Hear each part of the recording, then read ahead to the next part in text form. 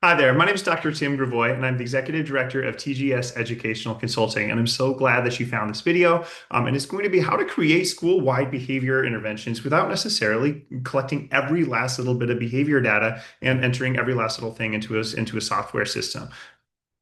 Hi there, my name is Dr. Tim Grivois. Hi there, my name is Dr. Tim Grivois, and I'm the Executive Director of TGS Educational Consulting. And I'm so glad that you found this video. This video is all about finding a different way to go about building solutions to the challenges in our behavior data that our teachers are literally living out loud each and every single day. And so this session is going to be a little bit different than our live session. So you'll see up here just some instructions for how to join that. But we'll still try our best to keep some of those interactive elements, some things that we can still just interact with the video, but more inside our heads and inside our hearts as we move forward. So just to get know me a little bit more, these just some folks that are really important to me. The beach happens to be my family's happy place, and so I was really lucky. We got to spend about a week and a half on the beach this summer with some really amazing people. This is my daughter. I'm showing this photo right here because she has this interesting habit of losing teeth when I have no cash at all in the house, and so I need this girl to start accepting Venmo from the Tooth Fairy because it's going to make it a whole bunch easier. Now that said, I had a really great suggestion to go to the bank and get a whole bunch of $2 bills for the Tooth Fairy, and I think that's the perfect thing. And so hopefully I remember to do that because that's going to solve that problem.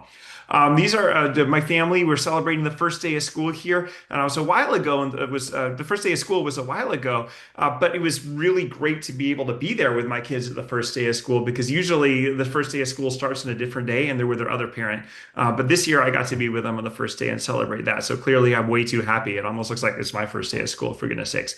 The other thing to note is that I play Pokemon Go. So if you're a Pokemon Go person as well and you want a friend to go catch some Pokemon together with, let me know and I'll add you for sure. But I am looking for a shiny Oshawott. So if you got one of those, let me know. I would love to trade you for one. Now, professionally, here's a little bit more about what I do. Now, professionally, I'm doing a lot of work like this, where I'm leading these online sessions, or sometimes I'm leading in-person sessions as well. And we're doing a lot of work with social and emotional learning. This one right here happens to be with PBIS and check in, check out, a great behavior intervention. This one Now, professionally, here's a little bit more about what I do. A lot of times I'm leading sessions like this, all about how to solve problems with our behavior data and to use our data a bit more effectively. This right here is a live session on check-in, check-out, and we go about that intervention in a very different, very student-centered kind of way that I think will mirror a lot of the work that we talk about today with school-wide behavior interventions. This right here is a workshop I did with early childhood educators. Now, this is a little bit more of the work that I do professionally, and I'll just kind of tell you real quick about what the content was in each of these slides. This right here was a workshop on creating inclusive classrooms for kids with ADHD in the morning, and then in the afternoon, we did a workshop all about check in, check out, and how better conversations lead to a better check in, check out framework. This one right here was all about the 8 dimensions of wellness, which is really, in my view, one of the best ways to approach self-care while avoiding yet one more breathing exercise, to be perfectly honest. And so this was just a powerful workshop with our early childhood educators, but it's one that's been just as powerful in grades 0 to 99, honestly. This is Buddy Board, a great social emotional learning strategy that started out actually as a staff meeting strategy to connect staff members to the school that when I was principal, but it really morphed into a beautiful way to help students inside classrooms also connect with each other as well. And it's another topic that I love to train on.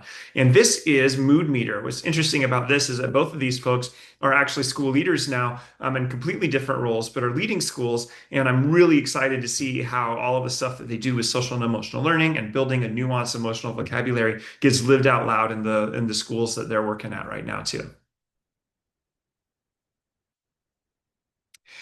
Now, what I'd like to know is a little bit more about your role professionally. And so obviously in the live session, we have a chance to select one of these and then our dot comes up. And in the live sessions, we get folks from all over the place here in every kind of role, really interested in tackling some of these issues that just help students learn and grow better when they are solved. And so wherever you're at in this particular array of professional roles, I'd be delighted to get to know you a bit better. And so if you would, perhaps send me an email or send me a text and let me know. But otherwise, just know that a lot of us approach this content, even though it's the same content, a little bit differently because of our role. Now, in the live session, what I often invite folks to do is to just take a moment and pause and to consider what's on their mind and on their heart. And a lot of times things will show up on the screen, things like, I need to empty the dishwasher, or I've got way too many tasks to do, or it might be a student that's very much on their mind and on their heart right now. And wherever you're at is exactly the right place to be. And so, although we won't be able to do this through the open-ended and anonymous slides the way we would in a live session, perhaps pausing for a moment, pause the video and just engage this prompt inside your mind and inside your heart and just notice what's there. Because whatever is there is exactly the correct thing to be there. So today's workshop is on creating school-wide behavior interventions without school-wide surveillance. And I want to stop for a moment and just be clear about what I mean by that. What I mean by school-wide surveillance is that a lot of the systems that we use to track behavior data expect school adults to document each and every instance of unexpected behavior, no matter how minor, into some kind of data software. And we often have different kinds of reasons for why we do that. Usually it's because we're trying to gather data to develop effective school-wide behavior interventions. Now, honestly, there are some limits to that approach, and there's an alternative way of going about this that I'm looking forward to sharing with you.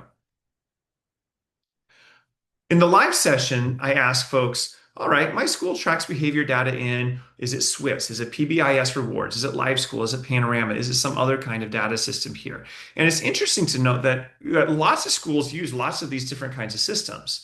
And what's even more interesting is the answer to this question. Okay, well, we use those systems.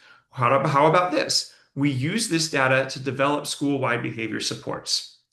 Sometimes the answer is no, not really. Sometimes the answer is sometimes we could do better. Sometimes the answer is yeah, usually we do. And often there's actually schools on these calls who literally have won awards because they are so good at using this data for developing behavior supports. And again, there's no right or wrong answer. It's just helpful to know that we might be approaching this content in different kinds of ways. So, however, though, if you are here, it's probably because you want to use this data more effectively to build school-wide behavior supports. And I can't wait to show you a way of going about this that might avoid the data software as being the middle person in all of this. Now, here is where I want to share why am I developing this workshop at all, especially because I always talk about the PBIS police are going to come and get me, even though I've been a PBIS trainer for decades. This is probably the video where if they find it, is really going to start some controversy here. But it really started from my own lived experience here as a trainer in PBIS. And what I noticed is, as a principal, I was pushing very, very hard for teachers to enter these referrals, to get this data in there so that we could use it to build school-wide interventions. And as a PBIS trainer, I did the same. I worked very, very hard with the schools and districts that I worked with to help folks be very, very, very on top of their data.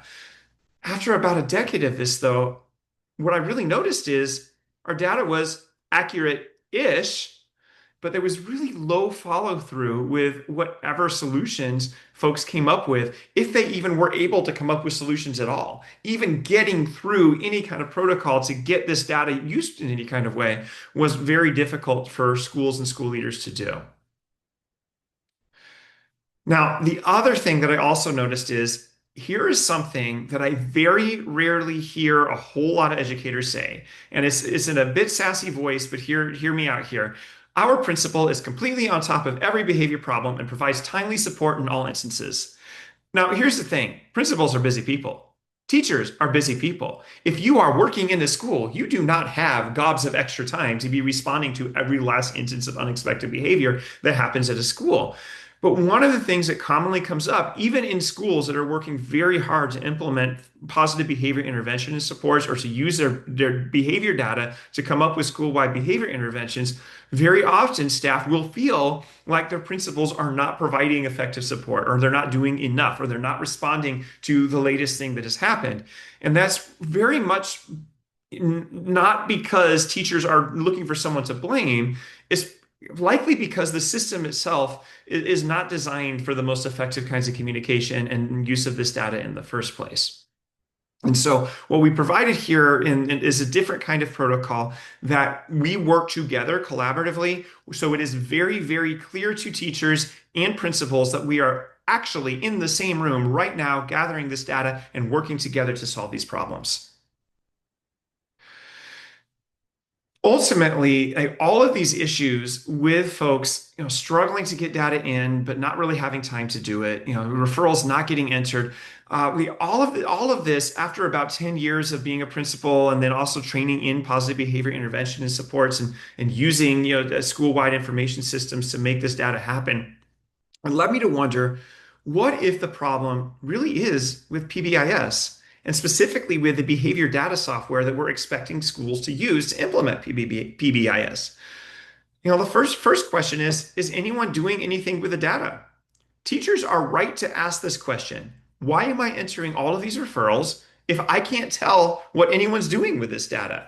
That is a perfectly valid question to ask. And unless we've got a really good answer here, it's hard to explain to a teacher why they need to continue documenting things if nothing really happens.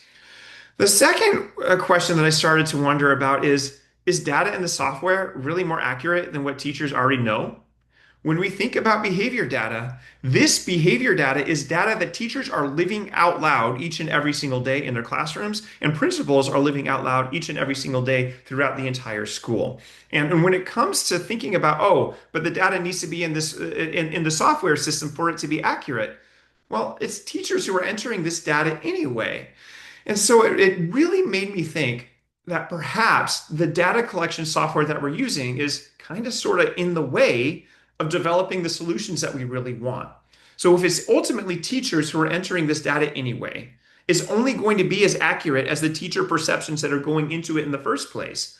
So why not skip that data software step and simply go straight to the teachers and their perceptions in the first place, since they are the ones living this data out loud in their classrooms? And so here is a cue for me. We're going to switch to what I'm suggesting is going to be a much more powerful and effective protocol in gathering the data that we need to make good decisions about school-wide behavior supports.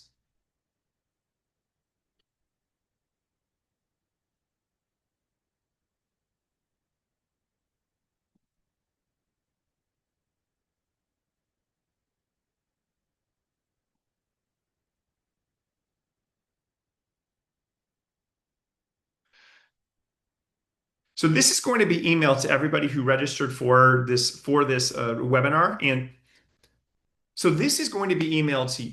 You're going to receive an email with this, and actually at the end of this video, you'll also see that there's a link to this in the blog. I'm going to make sure that you receive the link in the email, as well as a hard copy of this PDF so that you have it to refer to. What I'm going to describe to you is a completely different way about going about gathering this data. What I hope that we'll see is that it's a way that includes every single teacher voice in the process, including teachers who are never going to write a referral, no matter how much I, as a principal, went in and subtly bullied them into doing. You're going to What you're seeing right here is a document called what you see here is the Schoolwide Behavior Support Protocol. I'm going to go through this Schoolwide Behavior Protocol right now, and I'm also going to make sure that you receive it via email, as well as a link to the blog that explains this in detail. What you'll also see as we go through this is that this is a completely different way of collecting the same kind of data that exists in Panorama, Life360, PowerSchool, Tyler, whatever kind of thing that we're using, including PBIS apps.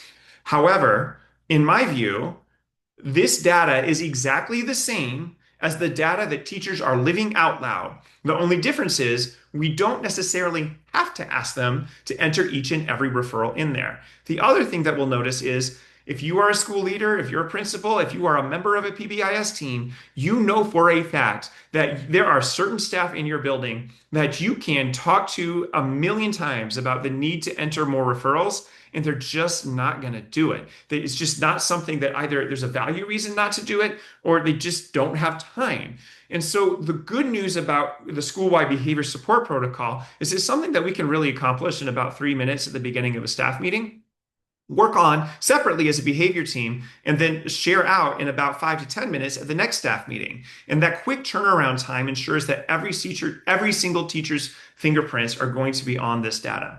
So let's take a look at step one. Step one is collecting the data. as I said, behavior data is data that we are living out loud. So we can either get it from the teachers entering it into a database, or we can get it by just asking them. In my view, asking them is quicker and likely to lead to solutions that actually get implemented. So the format of this is there's three very simple questions. And the first one is, in the last month, what is one student behavior happening often enough to be worth working on together?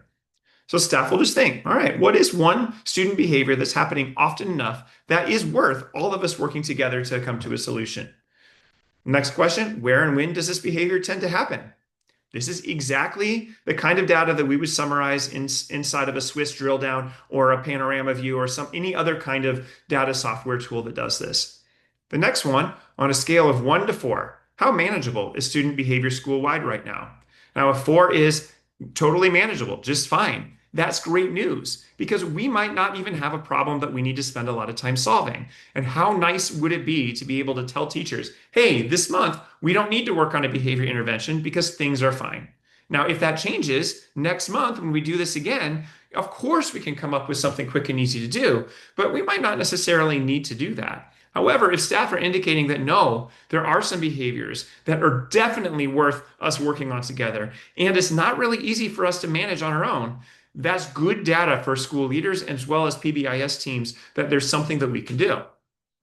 So the next step is after we collect the data from that survey, the leadership team leadership and the PBIS team are going to meet to review. All right, who is that? That's the administrators, PBIS or behavior or SEL team or whatever you call this team that meets to look at this behavior data.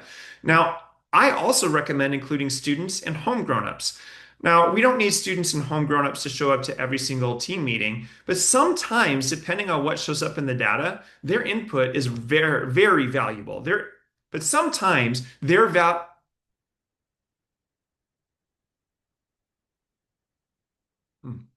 now, Now let's take, now let's take a look at step two. Step two is, well, we need to look at the data. The leadership and a team is going to review this data. And who is that? Well, usually it's an administrator, as well as the PBIS or behavior support or social emotional learning team. Those are usually the folks that are going to be taking a look at this data. I also recommend strategically including students and home grown-ups when their support and their involvement can lead to a better solution. Depending on what issues show up in the data, we might actually get to something that's a lot more doable and implementable and effective if we include the voices of our students and families as part of this. Now, what do we talk about? Well, before the meeting, the data analyst is going to create two lists. Who is this data analyst? It's whoever on the team is in charge of the survey data, essentially. So whoever's sending out the survey data in step one is going to be the data analyst here. Before the meeting, the data analyst is going to create two lists. List one is they're going to list all reported behaviors from the survey from most reported to least reported. And I'm going to show you an example of this after this section. The next thing that they're going to do is to create a second list. And list two is list all reported behaviors from most severe to least severe. Often, just because a behavior doesn't happen a lot, it doesn't necessarily mean it's not worth working on together. If a behavior is severe and has happened at all, it might be important enough that we do have a preventive, proactive solution to make sure that behavior doesn't happen again in the future. So it's important that we list both and that we consider both. The next step is important. We want to compare to office disciplinary referrals. So whatever data that we are collecting, we do want to see what aligns. What issues might be new that our data system isn't necessarily collecting. Then as a team, we're going to think about this question. Based on the data, what issues, if any, are worth working on together? So staff have let us know what they believe their perceptions of issues that are worth working on together are going to be. And we see in our other data, however else we might be collecting discipline data, what might be worth working on together. And pairing those two data sources can give us a really good idea of what issues, if any, are worth working on together as a staff. Now, this next one is important. It's important not to come to this meeting with the next step. Now, the next one's important. It's important that we don't come to a staff meeting without a good suggestion for what it is that we want to do. And what it is that we want to do gets presented in step three. And that's our transparent feedback, one slide summary. And in one slide, what I'm looking for here is, here's what showed up in our staff survey and in our office disciplinary referrals. Here's the one issue that we think may need some collective work. And then here's what, our team thinks that we might do. And then staff have one more opportunity to provide their input, where they are either able to commit to the suggested solution or to share out their own plan. Either way, we leave with a plan to address the issues that we are living out loud and need to address somehow as a staff.